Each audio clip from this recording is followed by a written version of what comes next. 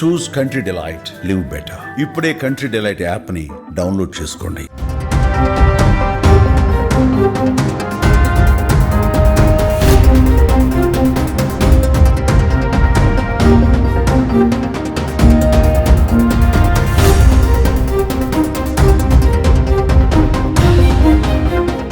కర్నూలు జిల్లాలో ఘోర రోడ్డు ప్రమాదం అయితే చోటు చేసింది.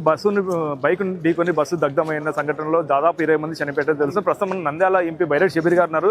ఇక సంఘటన స్థలానికి వచ్చి పరిశీలిస్తాం. వారిని అడిగి తెలుసుకున్నాం సంఘటన స్థలం ఏం జరిగిందని. మేడం చెప్పండి మేడం, బస్సులో దాదాపు 20 మంది పైన చనిపోయినట్టారు. ఈ సంఘటన సరిగ్గా మీరు ఎలా దిగ్బంధం చేస్తున్నారు, ఏం జరిగింది సంఘటన? పొద్దున 3-3:30 ఆ ప్రాంతంలో ఇక్కడ మన హైదరాబాద్ నుండి బెంగళూరుకి వెళ్ళే travels bus, private travels bus ఏదైతే ఉందో అది బైక్ని కొట్టడం, ఇక్కడ చిన్న టేకూరు ప్రాంతం దగ్గర బైక్ని కొట్టడము, అట్లాగే ఆ బైక్ కూడా డైరెక్ట్గా వెళ్ళి ఫ్యూయల్ ట్యాంక్ అని ఎక్స్ప్లోడ్ అయిపోయి వితిన్ మినిట్స్ 2 నిమిషాలు విట్నెస్ కూడా చూస్తూ ఉన్నారు. ఆపోజిట్ డైరెక్షన్ నుంచి వస్తుంది.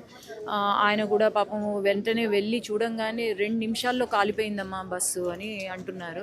ఇది ఫ్యూయల్ ట్యాంక్ ఎక్స్ప్లోడ్ అవ్వడంతో జరిగిన సంఘటన. కాబట్టి ఇప్పుడు వరకు అయితే హాస్పిటల్లో 19 మంది దాకా ఐడెంటిఫై చేశాము, హాస్పిటల్లో అడ్మిట్ చేశాము, ట్రీట్మెంట్ తీసుకుంటున్నారు.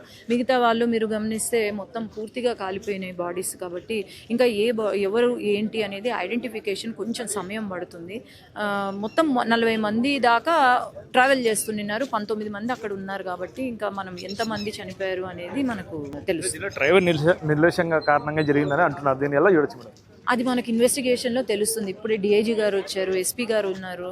వాళ్ళు ఇన్వెస్టిగేషన్ చేసి, ఎందుకంటే ఇది ఇప్పుడే జరిగిన సంఘటన, ఎవరు పడుకున్నారా ఎవరు నిర్లక్ష్యమా అనేది మనకు కొంచెం సమయం పడుతుంది. ఎందుకంటే పాపం బైక్ డ్రైవరు చనిపోయాడు, అక్కడ బస్సు డ్రైవర్ కూడా మనకు ఆయన పరిస్థితి ఎట్లా ఉంది ఏంటి ఐడెంటిఫికేషన్ కొంచెం ప్రాబ్లం అవుతుంది. కాబట్టి కొంచెం సమయంలో మనకు తెలుస్తుంది. ప్రైవేట్ ట్రావెల్స్ యజమానులు సేఫ్టీ ప్రికాషన్స్ ఉన్నాయా లేదా, ప్లస్ డోర్ కూడా తెలుసుకోవట్లేదు అని చెప్పి చెప్తున్నారు. అంటే చాలా మంది విండోస్ పలగొట్టుకొని బయటకు వచ్చినారు, లేకుంటే అది కూడా సంఘటన చాలా ఘోరంగా జరుగుతుంది. సైంటిఫిక్గా మనం ఆలోచన చేస్తే నాకు తెలిసి డోరు తెరుచుకోకుండా ఉండడం ఎందుకు అంటే అది ఫ్యూయల్ జామ్ అయ్యి ఎక్స్ప్లోడ్ అవ్వడంతో మేబీ దానివల్ల జామ్ అయ్యి ఉంటుందేమో, అది కూడా మనం ఆలోచన చేయాలా. ప్లస్ వాళ్ళకు అంత సమయం లేకపోయి ఉండొచ్చు, అందరూ నిద్రలో ఉండుంటారు, పానిక్ అటాక్లో ఉండుంటారు, అసలు ఎటు నుంచి పోవాలో అర్థం కాక వాళ్ళు విండోస్ యూజ్ చేస్తుంటారు. కానీ విండోస్ యూజ్ చేసి మంచి పని అయింది, ఎందుకంటే ఫ్యూయల్ ట్యాంక్ ఎక్స్ప్లోడ్ అయింది, ఇక్కడ ముందు ట్యాంక్ ఎక్స్ప్లోడ్ అయింది అని అంటున్నారు. కాబట్టి చూద్దాం, హాస్పిటల్ కూడా మళ్ళీ ఇప్పుడు నేను వెళ్తాను, చూద్దాం. ఏదైతే ఫ్యూయల్ ట్యాంక్ అయితే బైక్ ఫ్యూయల్ ట్యాంక్ పేలడంతోనే బస్సు ప్రమాదానికి గురైంది అంటున్నారు. అయితే ఈ సంఘటన స్థలంలో డ్రైవర్ కూడా పరారులో ఉన్నట్టయితే తెలుస్తుంది. ఏదైనా కూడా ఇలాంటి సంఘటన దురదృష్టకరం అని చెప్పేసి ఇక్కడైతే తెలుపుతున్నారు.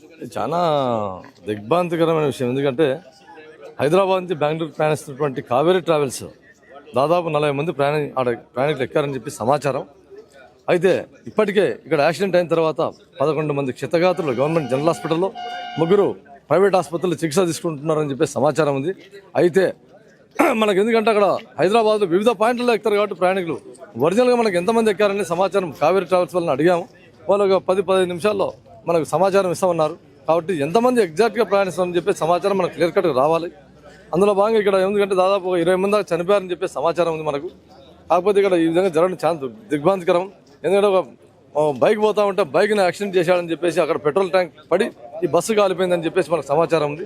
కాకపోతే ఇక్కడ టెక్నికల్ వాళ్ళు కూడా వచ్చారు, పోలీసు వ్యవస్థ అంతా ఇక్కడే ఉంది, ప్రజాప్రతినిధులంతా ఇక్కడ ఉన్నారు. కాబట్టి ఒక అరగంటలో పూర్తి సమాచారం వస్తుందని చెప్పేసి మీకు తెలియజేస్తా ఉన్నాను. వాళ్ళంతా ఏ ప్రాంతానికి చెందిన వాళ్ళు, తెలంగాణ ప్రాంతానికి చెందిన వాళ్ళు అనుకుంటారు ఎవరు? అదే మీకు చెప్తున్నానండి, ఇప్పుడు బస్సు ఎక్కిన దగ్గర వాళ్ళు ఎవరెవరు ఎక్కారని చెప్పి సమాచారం అడిగామని చెప్పాను ఇందాకనే. అది ఒక అరగంటలో వాళ్ళు కావేరీ ట్రావెల్స్ వాళ్ళు మాకు టోటల్ డీటెయిల్స్ ఇస్తామన్నారు. కాబట్టి దాన్ని బట్టి మనం ఎంతమంది కర్ణాటక వాళ్ళు, ఎంతమంది ఆంధ్ర వాళ్ళు అని సమాచారం వస్తుందని చెప్పి తెలియజేస్తాం. బస్సు యాజమాన్యం సేఫ్టీ ప్రికాషన్స్ ఉన్నాయా లేదా? యాక్షన్ అంటే ఇంజన్ వెనుకలు ఉంటుంది, ముందర ఇంజన్ లేదు. ఎలా సంఘటన ఇంత పూర్తిగా దగ్ధం కానీ ఏమన్నా నిర్లక్ష్యం ఉందంటున్నారు డ్రైవర్ది? దీనిలో నిర్లక్ష్యం అంటే ఇప్పుడు ఎందుకంటే డ్రైవర్లు కూడా జీవించి ఉన్నారు కాబట్టి డ్రైవర్లతో కూడా మనం మాట్లాడాలా, ఏ విధంగా జరిగిందని చెప్పి వాళ్ళు తెలియజేస్తారు మనకు. ఎందుకంటే ఇప్పుడిప్పుడే జరిగింది కాబట్టి తెల్లవారుజామున వాళ్ళంతా షాక్లో ఉన్నారు. ఒక అరగంట ఉంటే మేము హాస్పిటల్కి పోతాం వాళ్ళ దగ్గరికి. కాబట్టి పోలీస్ డిపార్ట్మెంట్ కూడా, పోలీస్ సిబ్బంది కూడా అక్కడికి వెళ్తారు. కాబట్టి ఏ విధంగా జరిగిందని చెప్పి తెలుసుకుంటాం. మనకేమంటే ఇక్కడ పరిస్థితిని బట్టి చూస్తే ఆ బైక్ని గుద్దడం వల్ల జరిగిందని చెప్పేసి ఆ బైక్ ఉన్నటువంటి పెట్రోల్ ట్యాంకర్ ఆ బస్సు కరెక్ట్ ఇంజన్ కింద పడింది, దాని నుంచి ఫైర్ అని చెప్పేసి మనకు కొంతమంది టెక్నికల్ వాళ్ళు చెప్తా ఉన్నారు. బట్ పూర్తి సమాచారం మనకు అరగంటలో తెలుస్తుందని చెప్పేసి తెలియజేస్తా ఉన్నారు.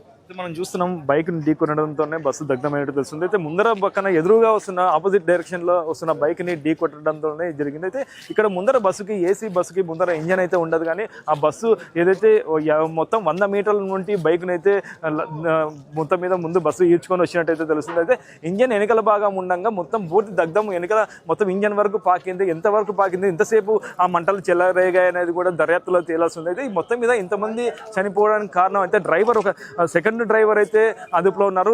ప్రధాన డ్రైవర్ని అయితే ఇంకా పరారీలో ఉన్నట్టయితే అధికారులు అయితే తెలుపుతున్నారు. ఏదైనా డ్రైవర్, బస్సు డ్రైవరు ఏమైనా సమాచారం చెప్తే తప్ప పూర్తిగా ఏం జరిగింది అనేది కూడా పూర్తిగా సమాచారం అయితే తెలుసుకోలేని పరిస్థితి అయితే ఇక్కడ కనిపిస్తుంది. ఏదైనా కూడా ఇక్కడ దాదాపు 20 మంది చనిపోయినట్టయితే ఇక్కడ ప్రస్తుతం తెలుస్తుంది. ఇది ఇక్కడ పరిస్థితి. కెమెరా పర్సన్ నాబాబుతో కిరణ్, సుమన్ టీవీ, ఉమ్మడి కర్నూలు జిల్లా.